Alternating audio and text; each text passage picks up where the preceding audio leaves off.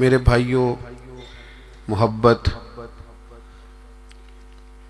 دل کی وابستگی، روح کا میلان، اس کو کہا جاتا ہے۔ دل انسانی جسم کا بادشاہ ہے۔ جو چیزیں دل میں پنپتی ہیں، جو خواہشات دل کے اندر قرار پکڑتی ہیں، سارا وجود وہی کرتا ہے۔ انسان کا پورا نظام اسی دل کی فرما برداری کرتا ہے۔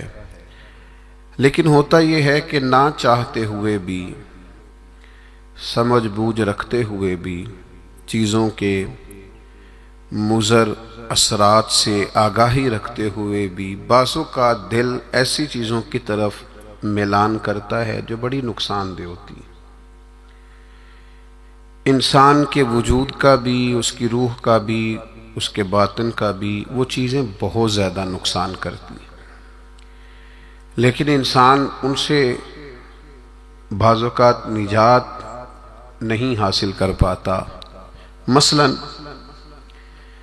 سب کو پتہ ہوتا ہے کہ ہرس، لالچ، ہوس یہ کوئی اچھی چیز نہیں۔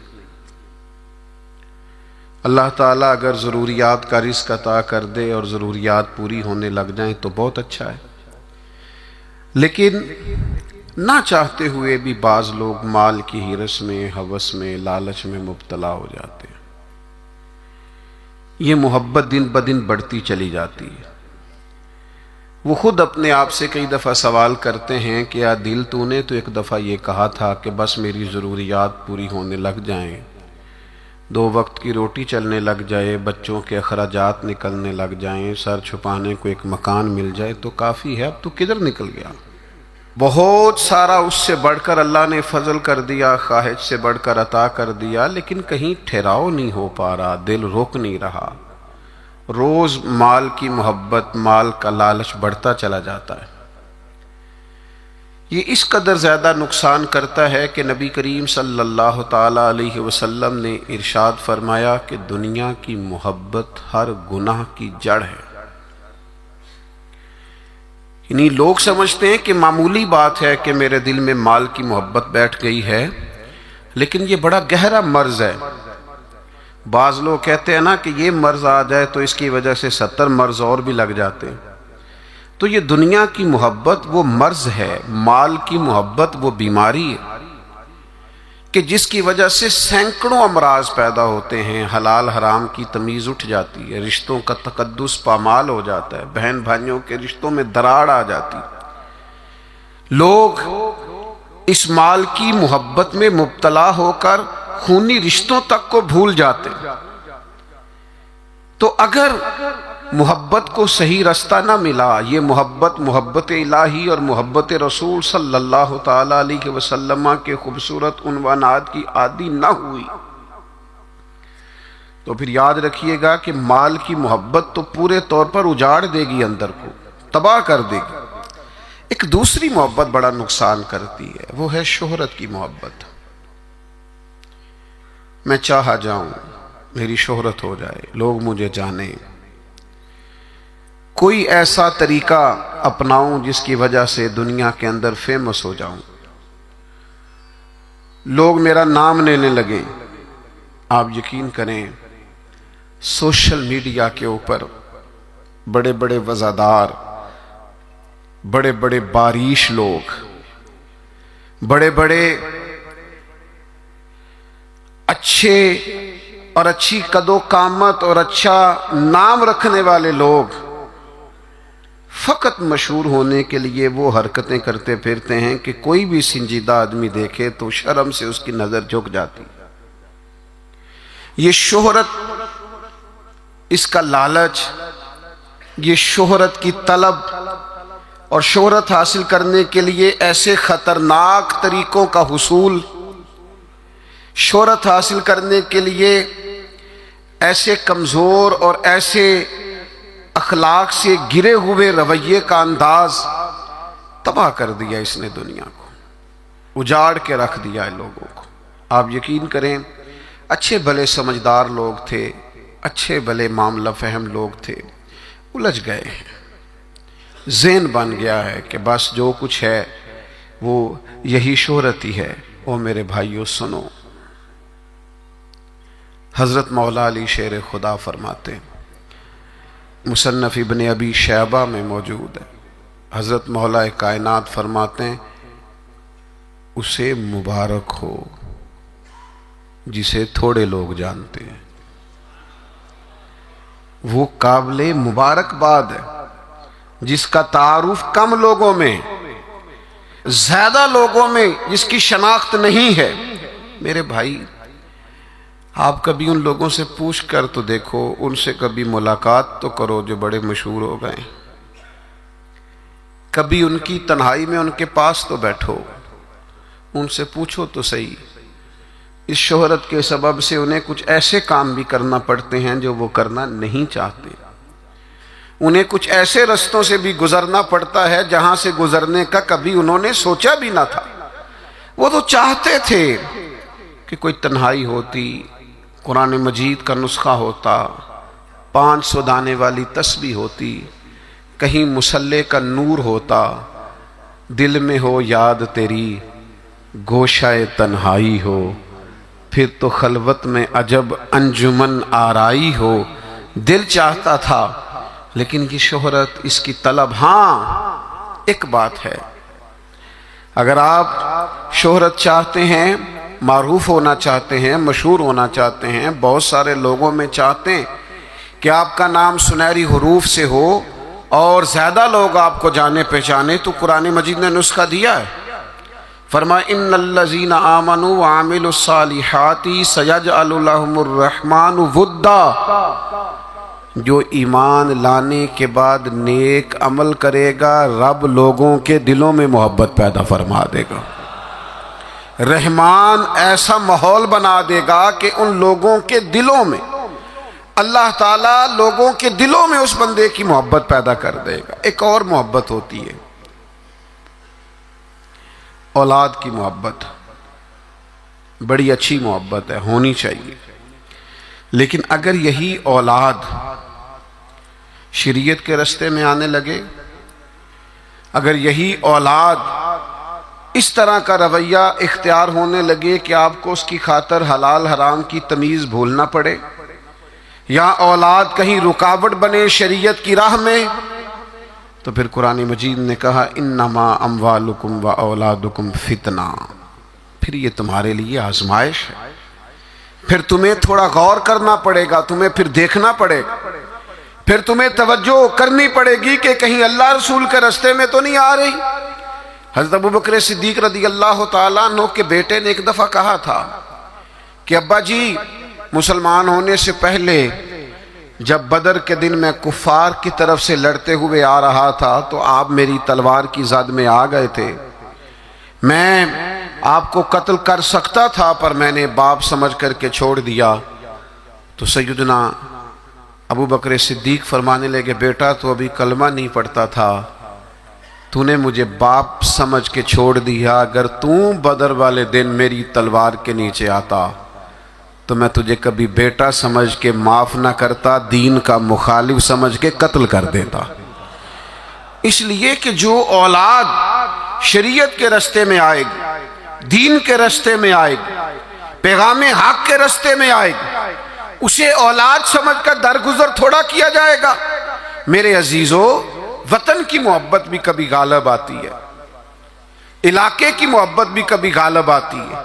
انسان جہاں پیدا ہوتا ہے، جہاں جوان ہوتا ہے، جہاں وقت گزارتا ہے، جہاں اس کے احباب ہوتے ہیں، جہاں اس کی دوستیاں ہوتی ہیں، جہاں اس کے تعلقات ہوتے ہیں، وہ محبت بھی کبھی غالب آتی ہے۔ لیکن یاد رکھنا، سارا کچھ ہی مکہ مکرمہ میں موجود تھا، وہیں پیدا ہوئے تھے صحابہ، وہیں دوستیاں تھیں، تعلق تھے، رشتہ داریاں تھیں، لیکن جب پتہ چلا نا کہ محبوب کو مدینہ پسند ہے تو پھر کسی نے بھی وطن سے پیار نہیں کیا، محمد عربی کے شہر سے محبت فرمائی ہے۔ آپ ان ساری محبتوں کو گنتے جائیں، وہ دولت کی ہو، وہ شہرت کی ہو، وہ اقتدار کی ہو، وہ اولاد کی ہو، وہ محبت آپ کے لیے وطن کی محبت ہو، یہ ساری محبتیں قربان کی جائیں گی۔ لیکن اگر کسی محبت کو حاصل کیا جائے گا تو وہ اللہ رسول کی محبت ہے۔ میں آپ کی خدمت میں عرض کروں وہ محبت کس طرح حاصل کرنی ہے؟ دل و جان سے نہ رب رسول کا ہر فیصلہ قبول کرنا ہے۔ یہ ذرا غور کیجئے گا، یہ تھوڑا سمجھنے والا عنوان ہے۔ آپ اپنی قلب سے، روح سے، دل سے پوچھیں کہ مجھے پیار ہے نبی پاک سے۔ داتا صاحب نے ایک مقام پہ لکھا ہے جس سے محبت ہو اس پر غصہ نہیں آتا، جس سے محبت ہو اس کی طرف سفر کریں تو رستہ مشکل نہیں لگتا۔ جس سے محبت ہو وہ کوئی حکم دے تو وہ حکم پورا کرنے میں انسان کوئی رکاوٹ محسوس نہیں کرتا۔ یہ جو محبت ہوتی ہے نا، محبت یہ رستے آسان کر دیتی ہے، حکم ماننا آسان کر دیتی ہے۔ محبوب کچھ بھی کہہ دے، کسی وقت بھی کہہ دے، کسی رنگ میں بھی کہہ دے، کسی حال میں بھی کہہ دے۔ تو محبت ایک ایسی چیز ہے جو انسان کو اتنا خوبصورت بنا دیتی ہے کہ کمال ہو جاتا ہے۔ جب ایک انصاری نے نا نبی کریم علیہ السلام کا فیصلہ پورے طور پر نہیں نہ مانا، حضور نے ایک فیصلہ کیا، ایک انصاری تھے تو انہوں نے وہ فیصلہ پورے طور پر تسلیم نہیں کیا۔ اللہ تعالیٰ نے نا قرآن مجید میں ایک انوکھا انداز اختیار کیا، اور اس انداز کی قرآن مجید میں یہ واحد آیت ہے۔ اللہ کریم نے ارشاد فرمایا فلا وربک، محبوب مجھے تیرے رب کی قسم۔ اللہ کرے آپ کو سمجھ آئی ہو، قرآن مجید کی لذت آئی ہو۔ ذرا یہ انداز دیکھیے، یہ نہیں فرمایا کہ مجھے میری قسم ہو یا تیری قسم ہو، فلا وربک، محبوب مجھے تیرے رب کی قسم۔ رب آکھے اے سونیا محبوبہ تیرے سو ناز اٹھے نہ ہاں، لوکی میریاں قسماں چاندے نے، میں تیریاں قسماں چانا ہاں۔ فلا وربک، محبوب مجھے تیرے رب کی قسم، لا یؤمنون حتی یحکموک فیما شجر بینہم، محبوب یہ اتنی دیر تک مومن نہیں ہو سکتے جب کہ ہر معاملے میں تیرا فیصلہ قبول نہ کریں، اور پھر کیا کریں؟ ثم لا یجدوا فی انفسہم حرجا مما قضیت ویسلموا تسلیما، اور پھر اپنے دل میں اس فیصلے کے بارے میں ذرا سا بوجھ بھی محسوس نہ کریں، پورے طور پر اپنی گردن جھکا دے محبوب تیرے فیصلوں پر۔ جب تک یہ والا رویہ اختیار نہیں نہ کرتے کہ تیرا ہر فیصلہ قبول ہو، تیری ہر بات قبول ہو، تیرا ہر رنگ قبول ہو، جب تک یہ تسلیم نہیں کرتے اتنی دیر تک رب ان کا ایمان قبول نہیں فرماتا۔ جب تک پورے طور پر قبول نہیں نہ ہوتے فیصلے۔ اچھا میں آپ کی خدمت میں ایک بات عرض کروں،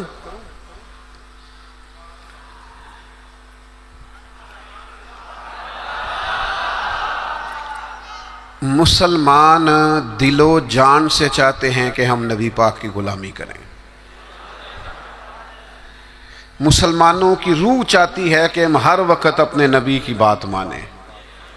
میں نے ایسے لوگوں کو دیکھا ہے جو بظاہر دین سے بڑے دور نظر آتے، جن کے بارے میں لوگوں کا خیال ہے کہ شاید بڑے گناہگار ہیں، نوجوان ہیں، دنیا دار ہیں، کچھ ایسے محکموں سے وابستہ ہیں جن کے بارے میں بعض اوقات بعض لوگ خیال کرتے ہیں کہ شاید یہ بالکل دین سے دور ہے۔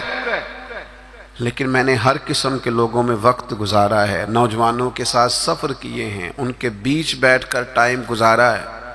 میں آپ کو سچ کہتا ہوں، تجربے کے بعد کہتا ہوں، سمجھ بوجھ کے کہتا ہوں، کلین شیو والے نوجوانوں کی آنکھوں میں حضور کی محبت کے لیے آئے ہوئے آنسو دیکھ کے کہتا ہوں، چڑھتی جوانیاں جو مدینے کے لیے تڑپتی ہیں، ان جوانیوں کے دامن سے پھوٹنے والی ضیائیں دیکھ کر کہتا ہوں، چاہتے ہیں مسلمان حضور کی غلامی کریں، صرف مسئلہ پتہ کتنا ہے؟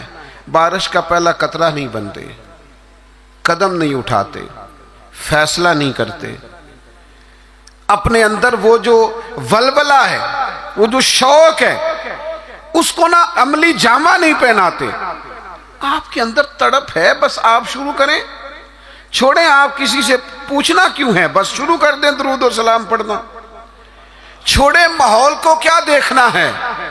اگر آپ کو پتہ چل گیا ہے کہ محبوب کو داڑھی والا چہرہ پسند ہے تو پھر کسی کو پسند ہو نہ ہو، رنگے چمن پسند نہ پھولوں کی بو پسند، ہم کو ہے وہ پسند جسے آئے تو پسند۔ پھر فیصلہ کریں، پھر توجہ کریں۔ نبی پاک علیہ الصلوۃ والسلام کبھی اشارتاً بھی کوئی بات کرتے نا۔ اچھا، میں بہت سارے صوفیاء کو جب پڑھتا ہوں نا، اور بالخصوص عاشقوں کی داستانیں پڑھتا ہوں، تو جو رنگ عاشقوں نے پیش کیا ہے نا، وہ کسی اور کے بس کی بات ہی نہیں۔ یہ جو عشاق ہوتے ہیں نا، عشاق، ان کے نا ذرا انداز ہی تھوڑے نرالے ہوتے ہیں، الٹی ہی چال چلتے ہیں دیوان گانے عشق، یہ آنکھوں کو بند کرتے ہیں پر دیدار کے لیے۔ الٹی ہی چال چلتے ہیں دیوان گانے عشق، آنکھوں کو بند کرتے ہیں پر کس کے لیے؟ دیدار کے لیے۔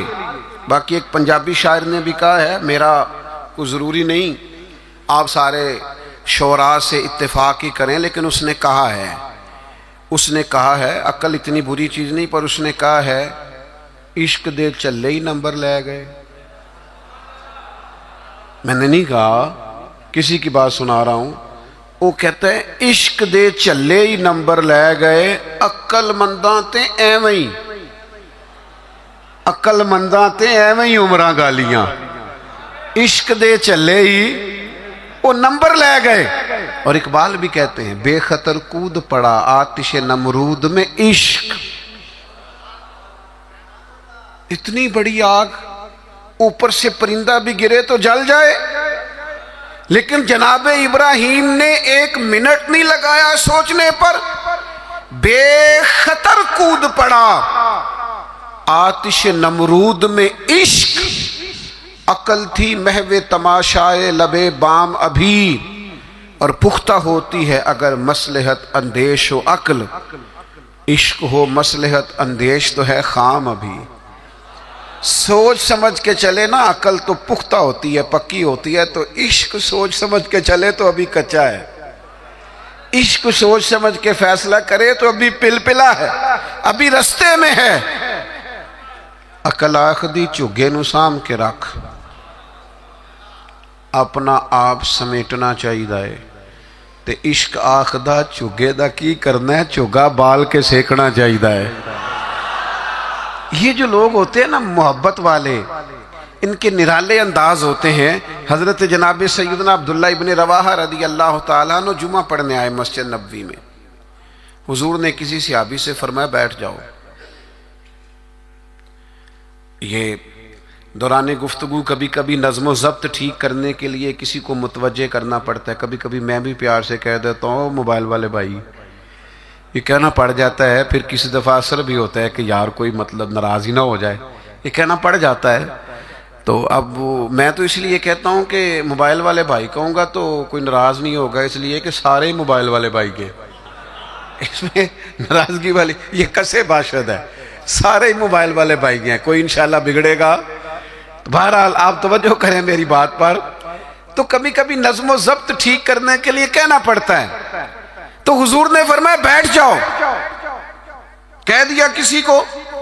حضرت عبداللہ بن رواحہ رضی اللہ تعالیٰ عنہ مسجد نبوی شریف کے دروازے پہ تھے، ان کے کانوں میں آواز گئی، وہیں بیٹھ گئے۔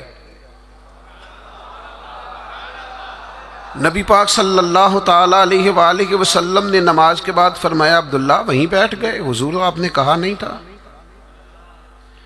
تو جو نبی پاک علیہ السلام نے اس پر تبصرہ کیا ہے نا، اسے ابن حجر اسقلانی نے لکھا ہے، حضور نے کسی سے کہا بیٹھ جاؤ، حضور نے کسی سے کہا بیٹھ جاؤ، پر محبت رسول کا عالم دیکھو، حضرت عبداللہ ابن رواحہ دروازے پر بیٹھ گئے، چونکہ حضور نے نام نہیں نہ لیا، وہ وہیں بیٹھ گئے۔ تو حضور علیہ الصلوۃ والسلام نے کیا تبصرہ کیا؟ اللہ کے محبوب فرمانے لگے اللہ تعالیٰ تمہاری اللہ رسول کی فرما برداری کی ہرس میں اللہ اور اضافہ کر دے۔ یہ جو تمہارے اندر ہرس ہے نا کہ میں نے رب رسول کی فرما برداری کرنی ہے، عبداللہ میری دعا ہے اللہ اس ہرس میں اضافہ کر دے۔ ہرس بڑے ہیں، انسان بڑی چیزوں کا حریص ہے، پر حضور فرما رہے ہیں میرے صحابہ رب رسول کی فرما برداری کے حریص ہیں۔ یہ حرص کرتے ہیں کہ زیادہ سے زیادہ غلامی ہو، زیادہ سے زیادہ فرما برداری کر، زیادہ سے زیادہ محبوب کے نقش قدم چلیں۔ میرے دوستو، اسی طرح ایک صحابی اور تھے، حضور نے فرمایا بیٹھ جا، تو مسجد کے باہر ہی بیٹھ گئے۔ ان کا نام تھا آس۔ تو حضور نے فرمایا کہاں تھے بھائی، نماز میں نظر نہیں آئے۔ یا رسول اللہ وہ آپ نے فرمایا نہیں تھا بیٹھ جاؤ۔ اچھا حضور نے کسی اور سے کہا، پر سانو قید سجن دا گہنا ہے۔ حضور نے کسی اور سے کہا، وہ دروازے کے باہر بیٹھ گئے۔ تو نبی کریم صلی اللہ تعالی علیہ وسلم نے فرمایا آس کہاں تھے؟ حضور میں دروازے کے باہر بیٹھ گیا۔ تو حضور مسکرائے، فرمایا تم آس نہیں ہو، تم تو مطیع ہو، تم تو فرما بردار ہو۔ آج سے تمہارا نام مطیع ہے، فرما برداری کرنے والا ہے۔ تم ایسے فرما بردار ہو کہ میں کسی اور کو اشارہ کروں۔ تم اتنے محبت کرنے والے ہو، تم سمجھتے ہو میرے محبوب کی بات ہے نا، تو مجھے بھی آگے بڑھ کے قبول کرنی چاہیے۔ میرے عزیزو، میں نے کہا ہم چاہتے ہیں حضور کی محبت کے مطابق عمل کریں، لوٹ آئیں، لیکن ہم نا بارش کا پہلا قطرہ نہیں بنتے، فیصلہ نہیں کرتے۔ آگے بڑھوں؟ ہمارے ضمیر جاگ گئے ہیں، پتہ ہمیں چل گیا ہے کہ حال نہ جمہوریت، نہ ڈکٹیٹرشپ، نہ صدارتی نظام، نہ فلانا نظام۔ پتہ ہمیں چل گیا ہے کہ جینے کی طرف دیکھ نہ مرنے کی طرف دیکھ، جب چوٹ لگے دل پر تو مدینے کی طرف دیکھ۔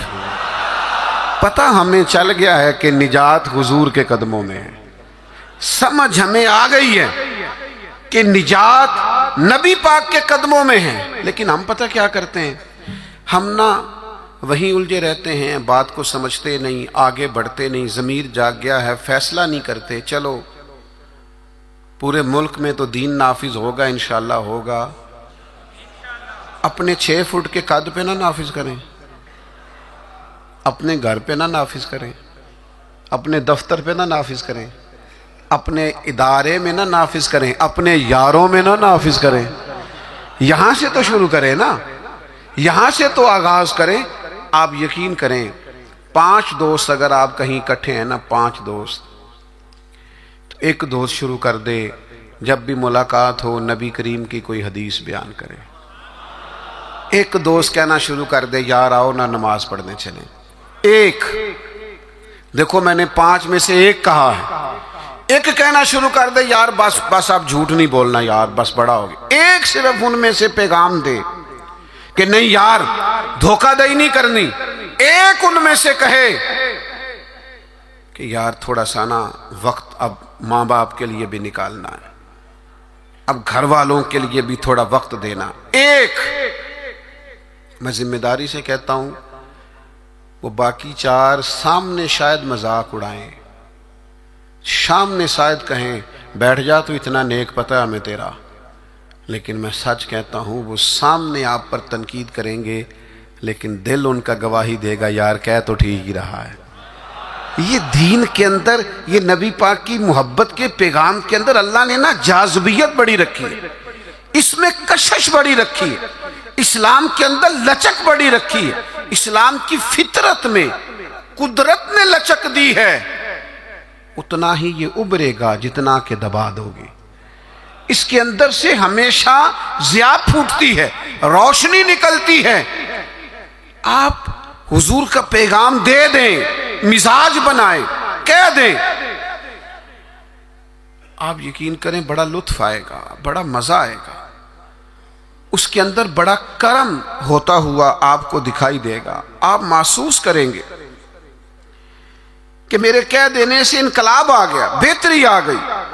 آپ اس پیغام، اور یہ سب کے لیے بنائیں آپ، یہ کسی کے حق میں بھی کوئی بھی سامنے ہو، آپ کا نعرہ ہمیشہ محبت رسول کا ہونا چاہیے. وہ دوستوں کی محفل ہو، گھر میں ہو، دفتر میں ہو. بات ایک صحابی تھے حضرت برا بن مالک، نوجوان تھے. اچھا، جس طرح سیر کرنے کا مزہ جوانی میں ہے نا، کپڑے پہننے کا لطف جوانی میں ہے، سفر کرنے کا ذائقہ جوانی میں ہے. چلو مجھے کہہ لینے دو، کھانے پینے کا لطف بھی جوانی میں ہے. جس طرح دوستوں کے ساتھ آنے جانے، بیٹھنے، گپ شپ کرنے کا لطف جوانی میں ہے. او میرے بھائیوں، حضور سے عشق کرنے کا مزہ بھی جوانی میں ہے. یہ کبھی جوانی میں لگ جائے نا، عشق لگا سی کھیڑاں کھیڑ دینوں. کوئی نہیں سمجھ آئی آپ کو؟ اگر آئی ہوتی نا تو یقین کرو آپ کو سمجھ آ جاتی. اگر یہ سمجھ آئی ہوتی تو آپ کو سمجھ آ جاتی. عشق لگا سی کھیڑاں کھیڑ دینوں، تے مینوں کھیڑاں بھل دیاں بھل گئیاں. میں تے کجل پایا سی یار دے ویکھنے نوں، پھر میں او دی یاد چی روندیاں ڈل گئیاں. حیدر شاہ اس گلی کدے نہ رول دی، پر ہن تے رول دی رول گئیاں.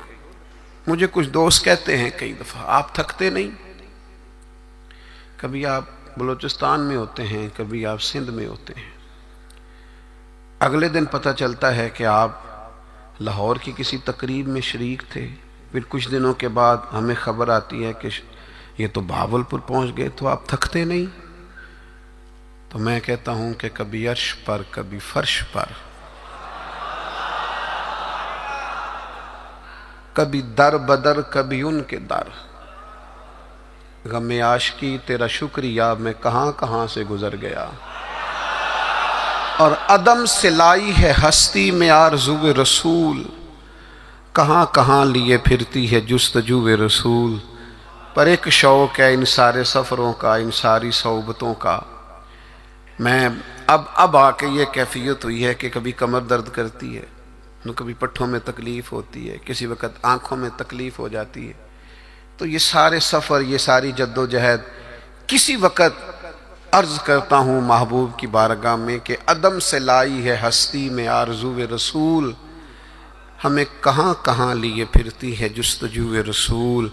بس اتنی آرزو ہے کہ عجب نظارہ ہو میدان حشر میں بے دم، کہ سب ہوں پیش خدا اور میں روبرو رسول. اتنا سا دل کرتا ہے کہ عجب نظارہ ہو میدان حشر میں بے دم، سب ہوں. ایک صحابی ہیں حضرت برا بن مالک رضی اللہ تعالی، چڑھتی جوانی اور عشق رسول بھی پورا جوبن پہ. ان کے قد کاٹ کا بھی پورا باکپن اور محبت رسول کے دریا بھی پورے کا پورا ان کے سینے میں موجزن. تو حضور کا مجھے یوں لگتا ہے کہ ارادہ کرم ہوا کہ لوگوں کو بتاؤں بھلا یہ مجھ سے کتنی محبت کرتا ہے. نبی کریم علیہ السلام نے فرمایا میں کوئی حکم دوں تو پورا کرو گے؟ بڑے خوش قسمت تھے جو حضور کے سامنے نبی پاک سے حکم لیتے تھے. فرمایا برا میں کوئی حکم دوں تو پورا کرو گے؟ عرض کی حضور حکم کریں تو صحیح. تو محبوب نے مسکرا کے فرمایا جاؤ اپنے باپ کی گردن کاٹ کے لاؤ. تلوار تھامی اور دوڑ پڑے، بھاگے. کریم محبوب فرمانے لگے جاؤ اسے پکڑ لو ورنہ یہ سچ مچ باپ کی گردن لے آئے گا. ان کو صحابہ پکڑ کے لائے تو محبوب فرمانے لگے وہ تو ایک بات گویا آزمانے کو کی تھی، میں کوئی رشتے توڑنے تو نہیں آیا دنیا میں تو رشتے جوڑنے آیا. ان کی محبت رسول کا یہ لیول تھا کہ آپ حکم کریں تو میں باپ کی گردن لانے کو تیار ہوں. گویا میں ہر رشتے، ہر ناطے کی قربانی پیش کرنے کو تیار ہوں. یا رسول اللہ مجھے صرف آپ چاہیے. ان کی محبت کا یہ لیول تھا. اور اس لیول پر انہیں اجر کیا ملا؟ جب وہ بیمار ہوئے تو محبوب تیمارداری کے لیے گئے. میں نے سنا ہے وہ بن سنور کر میری عیادت کو آ رہے ہیں. میں سوچتا ہوں کہ کیا بنے گا، وہ آ رہے ہیں میں جا رہا ہوں۔ حضور تیمارداری کے لیے تشریف لائے، اللہ کے حبیب صلی اللہ تعالی علیہ وسلم نے ان کی حالت دیکھی تو ایک دعا فرمائی۔ محبوب فرمانے لگے اے اللہ، دیکھیں اس دعا کا حسن دیکھیں، فرمایا اے اللہ جب برا بن مالک سے تیری ملاقات ہونا تو اس سے مسکرا کے ملنا جو تیری شان کے لائق ہے۔ اے اللہ تو اس سے مسکرا کے ملنا اور یہ تجھ سے مسکرا کے ملے۔ اور سنو میرے بھائیو، اس حدیث پاک کا نتیجہ سنو، اس کا نتیجہ علماء فرماتے ہیں یہ نکلتا ہے کہ جو مصطفیٰ کریم سے رج کے محبت کرے گا، کھل کے محبت کرے گا، ہر رشتے سے بڑھ کر حضور سے محبت کرے گا، اس کے اجر کے لیے حضور نے دعا فرمائی ہے جب قیامت میں اللہ کے حضور حاضر ہوگا تو رب اس سے مسکرا کے ملاقات کرے گا جو اس کی شان کے لائق، اور بندہ بھی رب سے مسکرا کے ملے گا۔ میرے عزیز یاد رکھیے گا کہ اپنی زندگی کے اندر حضور کی محبت ہمیشہ اپنا لیں۔ اچھا بعض اوقات نا نبی پاک علیہ السلام کی محبت کے لیے مشکل فیصلے بھی کرنے پڑیں گے، کٹھن رستوں سے بھی گزرنا پڑے گا۔ آپ کو سارا قبیلہ منع کرے گا، ساری برادری روکے گی، مجھے کہہ لینے دو، خاندان میں والدین بھی منع کریں گے۔ آپ کو محبت رسول کے رستے پر چلنا ہے تو بہت سارے احباب بھی آپ کو کہیں گے او یار دنیا کا بھی ماحول سمجھنا پڑتا ہے، حالات دیکھو بدل گئے۔ معاذ اللہ کچھ لوگ یہ بھی کہتے ہیں وہ زمانہ اور تھا یہ زمانہ اور ہے۔ لوگ آپ کو بڑی آراء پیش کریں گے، بڑا بڑا رنگ پیش کریں گے، لیکن اگر آپ اس کو سمجھ جائیں، اس پر غور کر جائیں کہ ہمیشہ برکت رسول اللہ کی بات ماننے میں صلی اللہ تعالی علیہ وسلم، اور میرے نبی پاک صلی اللہ تعالی علیہ وسلم کی غلامی اور محبت میں کبھی نقصان نہیں ہوتا۔ ایک حضور کے صحابی تھے حضرت جلابیب رضی اللہ تعالیٰ عنہ، صحیح مسلم شریف میں ان کا تذکرہ موجود ہے۔ حضرت جلابیب رضی اللہ تعالیٰ عنہ کا رنگ زیادہ گورا نہیں تھا، خوبصورت آدمی نہیں تھے، قد بھی بہت اونچا نہیں تھا، یعنی یوں سمجھ لیے کہ قد بھی تھوڑا سا اس طرح کا تھا، رنگ و روپ بھی اس طرح کا تھا، حالات کچھ اور ہی تھے۔ ان کی شادی نہیں ہوتی تھی۔ اللہ کے رسول صلی اللہ تعالی علیہ وسلم نے فرمایا جاؤ فلاں قبیلے میں جا کے ان لوگوں سے کہو اپنی بیٹی کا نکاح تیرے ساتھ کر دیں۔ وہ چلے گئے، ان لوگوں سے جا کے کہا، لیکن ان لوگوں نے جب حضرت جلابیب رضی اللہ تعالیٰ عنہ کا نام سنا نا، یہ وہی جلابیب ہیں جن کے بارے میں نبی پاک نے فرمایا یہ مجھ سے ہے اور میں اس سے ہوں۔ لوگوں نے جب آپ کا نام سنا تو ظاہر ہے بیٹی والے بڑا سوچا کرتے ہیں، ان کو غور کرنے کا پورا حق حاصل ہوتا ہے۔ انہوں نے کہا حضرت جلابیب نہ تو قد کاٹ ہے، نہ رنگ روپ ہے، نہ پاس کوئی پیسہ ہے، تو یہ کس طرح بات آگے چلے گی، کس طرح معاملہ بہتر ہوگا؟ انہوں نے تھوڑی لیت و لالا کی بات کرنے میں، سمجھنے میں تھوڑا وقت لیا۔ وہ جس بیٹی کے لیے پیغام نکاح لے کے گئے تھے وہ پردے کے پیچھے سے بولی، کہنے لگی آپ مجھے حضور کے حوالے کریں۔ فیصلہ اگرچہ مشکل ہے، رستہ اگرچہ کٹھن ہے، پر چونکہ نبی کریم نے فرمایا ہے لہذا آپ مجھے حضور کے حوالے کریں۔ اس خاتون کا نکاح اللہ کے محبوب کے حکم پر حضرت جلابیب سے ہو گیا۔ 2 دعائیں میرے نبی پاک نے دی۔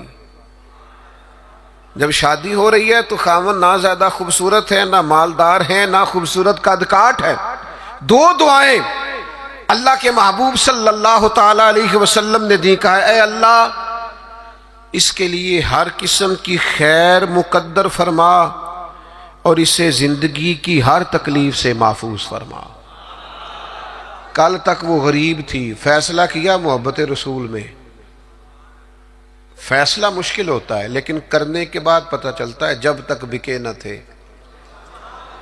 کوئی پوچھتا نہ تھا، تو نے خرید کر ہمیں انمول کر دیا۔ اور میں نے بڑا پہلے ایک شخص سے کہا تھا ایک امیدوار تھے اسمبلی کے، تو مجھ سے ملے تو مجھے کہنے لگے آپ تو توجہ ہی نہیں کر رہے، لوگ ہمیں بھی بڑے ووٹ دیتے ہیں۔ میں نے کہا آپ کو ووٹ دیتے ہیں، ہمیں تو جان دیتے ہیں۔ آپ کا ہمارا بڑا فرق ہے، تو آپ جو بات کر رہے ہیں وہ ٹھیک ہوگی، لیکن جب تک بکے نہ تھے کوئی پوچھتا نہ تھا، تو نے خرید کر ہمیں انمول کر دیا۔ نبی پاک نے دعا دی، اے اللہ خیر مقدر کرنا، ہر تکلیف سے محفوظ رکھنا۔ صحابہ فرماتے ہیں پھر اسی خاتون کو ہم نے دیکھا، نہ مدینے میں انصار میں اس سے زیادہ کوئی مالدار خاتون تھی اور نہ اس سے زیادہ خرچ کرنے والی کوئی خاتون تھی۔ آپ کو محبت رسول میں وقتی فیصلہ کرنا مشکل لگے گا، لیکن یاد رکھنا میرے بھائی، پھر محبت رسول بعد میں جو انسان کے لیے وسعتیں پیدا کرتی ہے نا، اپنے لب و لہجے میں کہوں، پھر حضور سے پیار کرنے والوں کی جو موجیں لگتی ہیں نا، پھر جو کرم ہوتا ہے نا، خدا جانے بلندی ہے کہ پستی پر جہاں میں ہوں وہاں کوئی نہیں ہے، پھر وہ جو نتیجہ نکلتا ہے وہ بڑا شاندار ہے۔ اگرچہ وقتی طور پر کچھ چیزیں مشکل محسوس ہوتی ہیں، لیکن پھر کرم ہو جاتا ہے۔ ایک صحابیہ تھی حضرت فاطمہ بنت قیس، ان کے لیے بھی مشکل تھا نکاح کا فیصلہ کرنا، لیکن ان کو پتہ چلا نا کہ نبی پاک کی خواہش ہے کہ میں اسامہ بن زید سے نکاح کر لوں، تو انہوں نے فوراً جناب اسامہ بن زید سے نکاح کر لیا۔ حضور کی خواہش کو پیش نظر رکھا۔ دو تین چیزیں ہمیں سمجھنی ہیں، بس بات سمیٹنے لگا ہوں۔ ایک تو جہاں جہاں نبی پاک نے حد بندی کی ہے نا، اس حد بندی کو کبھی نہیں توڑنا۔ جو حدود، جو دائرے، جو قوانین نبی کریم نے بیان فرما دیے ہیں، ان سے کبھی تجاوز نہیں کرنا۔ دیکھو سونے کی انگوٹھی حضور نے مرد کو حرام قرار دی، سارا زمانہ بھی کہے تو یہ ہاتھ پر پہننی نہیں چاہیے۔ کچھ چیزیں ہیں جن میں حضور نے نا حد بندی کر دی۔ پیتل تانبا مرد کے لیے نہیں جائز، نہ پہنے آپ، ریشم کا لباس نہ پہنے۔ جہاں حضور نے تعین کر دیا حدود کا، آپ کوئی اتنا مشکل مسئلہ نہیں ہے۔ آپ اس پہ، ایک صحابیہ تھیں، ان کا سگا بھائی انتقال کر گیا، تو نبی پاک علیہ السلام نے حکم دیا ہے کہ کسی کا بھی سوگ 3 دن سے زیادہ نہیں کرنا، سوائے اس عورت کے لیے جس کا خامد چلا جائے وہ عدت پوری کرے۔ تو صحابیہ 3 دن کے بعد اٹھیں، خوشبو لگائی، دھلے ہوئے کپڑے پہنے، وقتی طور پر اس وقت جو مروج زینت تھی وہ زینت اختیار کی، اور پھر کہنے لگی مجھے اس زینت کی ضرورت نہیں تھی، پر چونکہ نبی پاک نے فرمایا 3 دن سے زیادہ سوگ نہیں کرنا، لہٰذا میں اٹھ کے اس لیے کپڑے بدلے ہیں کہ میں کسی اور کی طرف نہیں دیکھنا چاہتی، مدینے والے محبوب کی شریعت کی طرف دیکھنا چاہتی ہوں۔ جو حدود نبی پاک صلی اللہ علیہ وسلم نے ہمارے لیے مقرر فرمائی ہیں، ان سے کبھی بھی ہم نے تجاوز نہیں کرنا۔ دوسری بات یہ ہے کہ محبت رسول کا ہم سے تقاضا یہ ہے کہ جب رب رسول کو راضی کرنا ہو نا، پھر اپنی ذات نہیں دیکھنی، میرا قد بہت بڑا ہے تو فلاں سے معافی مانگوں، میں اتنا بڑا آدمی ہوں تو اب میں جھک جاؤں، مجھے اتنے لوگ جانتے ہیں تو اب میں جناب تھوڑا سا اپنی گردن کو جھکاؤں۔ میں عاشق رسول میں نہیں ہوتی۔ عاشقان رسول کے اندر کسی قسم کی انا پرستی، عاشق لوگ تے رملے کملے، وہ تو بیچارے سیدھے سادے لوگ ہوتے ہیں، ان کے تو مزاج کے اندر فقیری ہوتی ہے، سادگی ہوتی ہے۔ حضرت خالد بن ولید فرماتے ہیں میرا اور جناب عمار ابن یاسر کا رضی اللہ تعالی عنہما، دونوں صحابہ جلیل القدر ہیں، عظیم مرتبے والے، جناب خالد بن ولید فرماتے ہیں کسی بات میں حضرت عمار ابن یاسر سے شکر رنجی ہو گئی، تو جناب عمار ابن یاسر حضور کی بارگاہ میں پہنچے، میں بھی پہنچا۔ فرماتے ہیں دونوں کی بات سن کے بس حضور نے اتنا کہا، کوئی فیصلہ نہیں فرمایا کہ اس میں غلطی پر کون ہے، حق پر کون۔ نبی کریم صلی اللہ علیہ وسلم نے بس اتنا فرمایا، یاد رکھنا جس نے عمار ابن یاسر کو ناراض کیا اس نے اللہ رسول کو ناراض کیا۔ بھائی اتنی بات حضور نے کر دی۔ حضرت خالد بن ولید سپہ سالار آدمی تھے، بڑے قبیلے کے تھے، بڑا قد کاٹ تھا، بڑا نام تھا، بڑی بلے بلے تھی، سیف اللہ ہے.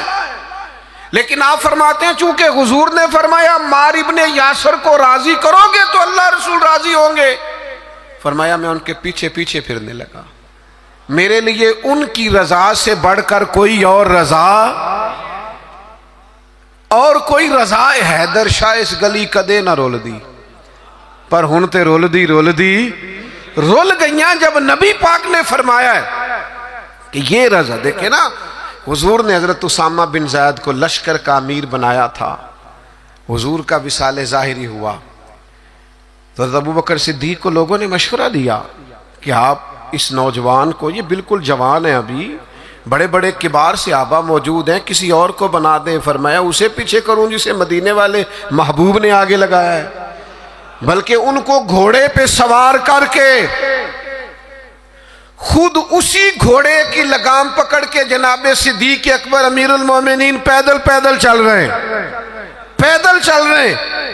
تو اسامہ بن زید نے کہا امیر المومنین آپ اوپر آئیے. فرمایا تو اوپر ہی رہ جسے حضور نے امیر مقرر فرما دیا ہے. تو میرے بھائی آپ پھر یہ نہ محسوس کرے کہ میں بڑا چودھری ہوں، میرا بڑا قد کاٹ ہے، پھر ہم نے اپنا قد نہیں دیکھنا، محبوب پاک کی نظر عنایت کو دیکھنا ہے، حضور کی رضا کو دیکھنا ہے. یاد رکھیے گا ایک تیسری بات، ایک حدود کو نہیں توڑنا، ایک حضور کی رضا حاصل کرنے کے لیے اپنی انا نہیں سامنے آنے دینی. ایک تیسری بات اور، طرز زندگی سادہ اختیار کرنا ہے اگر حضور سے پیار کرنا ہے تو. بڑی ضروری بات ہے، بڑی ضروری. آپ سادہ غذا کھائیں، سادہ نشست، سادہ لباس، سادہ انداز گفتگو، لوگوں سے بلا تکلف ملاقات، آپ کے لب و لہجے میں کسی قسم کی تصنع نہ ہو، بناوٹ نہ ہو، تکلف نہ ہو. آپ اگر حضور کے غلام ہیں، نبی پاک سے محبت کرتے ہیں، تو پھر آپ کوئی کسی قسم کا اپنے لیے پروٹوکول نہ چاہیں. صحابی آئے تھے نا، عرض کی یا رسول اللہ میں آپ سے بڑا پیار کرتا ہوں. کیسا خوش بخت ہے، حضور کے سامنے اظہار محبت کر رہا ہے، میں بڑا پیار کرتا ہوں. تو حضور نے فرمایا سوچ کر کہو کیا کہہ رہے ہو. حضور بڑا پیار کرتا ہوں. فرمایا سوچ لے. حضور بڑا پیار کرتا ہوں. تیسری دفعہ محبوب نے فرمایا سوچ لے. حضور مجھے بڑا عشق ہے آپ سے. اللہ کے رسول نے فرمایا پھر تیاری کر لے، فقر تیری طرف دوڑ کے آئے گا، پھر تیری طرف غریبی آئے گی. جو مجھ سے پیار کرتا ہے اس کی طرف فقر آتا ہے. تو یہ یاد رکھیں کہ اسے صرف اور صرف پھولوں کی سیج نہ سمجھنا، اور فقر کی کئی قسمیں ہوتی ہیں، صرف پیسوں کی کمی فقر نہیں ہوتی. آپ کا طرز زندگی سادہ ہونا چاہیے، انداز فقیرانہ ہونا چاہیے، اٹھنا بیٹھنا سادہ ہونا چاہیے، چونکہ یہ سادگی میرے نبی کی پسند ہے. ایک روایت مجھے یاد آ رہی ہے، میرا دل کرتا ہے آپ کو سنا دوں. کبھی کبھی نا کچھ فرمائشیں بھی ہوتی ہیں، آپ کا نہیں مجھے پتا، میں اپنی اماں سے فرمائش کیا کرتا تھا کبھی کبھار کوئی چیز اپنی مرضی کی کھانے کے لیے. اماں جی کبھی ساگ بنا دیو نا، تو کبھی ان سے کہتے تھے اسپیشل والا گڑ کھانا ہے. یہ دیہاتی ماحول بڑا شاندار ہوتا ہے. آپ کو پتا ہے نبی پاک کو مکے سے حضرت حلیمہ کے گاؤں میں کیوں بھیجا گیا تھا؟ اس لیے کہ مکے کے لوگ چھوٹے بچوں کو وہاں بھیجتے تھے، کہتے تھے فضا بھی خالص ہے، زبان بھی خالص. دیہاتوں کی زبانیں خالص ہوتی ہیں. کبھی کبھی نا فرمائشیں ہوتی ہیں ماؤں سے. حضرت سلمہ مومنوں کی ماں جناب ام سلمہ، ایک دن نا ان کے 3 بیٹے روحانی بیٹے ان کی خدمت میں آئے. کون کون؟ آپ نام سن کے بھی بڑے خوش ہوں گے. حضرت جعفر طیار ہیں نا، حضرت علی کے بھائی، ان کے بیٹے عبداللہ بن جعفر آئے. اور پھر ان کی خدمت میں حضرت عبداللہ ابن عباس جو نبی پاک کے چچا جناب عباس ہیں، ان کے بیٹے عبداللہ آئے. اور ان دونوں کے ساتھ مولا علی کے لخت جگر امام حسن بھی آئے. یہ 3 شہزادے عبداللہ بن جعفر، عبداللہ ابن عباس اور امام حسن بن علی، یہ تینوں آئے اور آ کے حضرت ام سلمہ سے کہنے لگے ہمارا آج وہ کھانا کھانے کو دل کرتا ہے جو نبی پاک کو بڑا پسند ہے. اماں جی ہماری ماؤں سے بندہ فرمائش کر لیتا ہے نا تو ہماری فرمائش ہے وہ والا کھانا بنائیں جو حضور کو پسند ہے.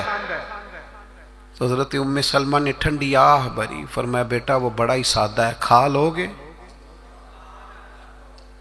کہ اماں جی کھا لیں گے. تو جناب ام سلمہ نے نا تھوڑے سے جوں نکالے، پھر ان کو پیسا، پھر تھوڑا سا زیتون ڈال کے پکانا شروع کیا، پھر تھوڑا سا اس میں مسالہ ڈالا. فرماتے ہیں وہ سادے سے جوں زیتون میں سادے سے پکے. فرماتے ہیں وہ ہمارے سامنے رکھ کے حضرت ام سلمہ جب اٹھیں تو آنکھوں میں آنسو آ گئے.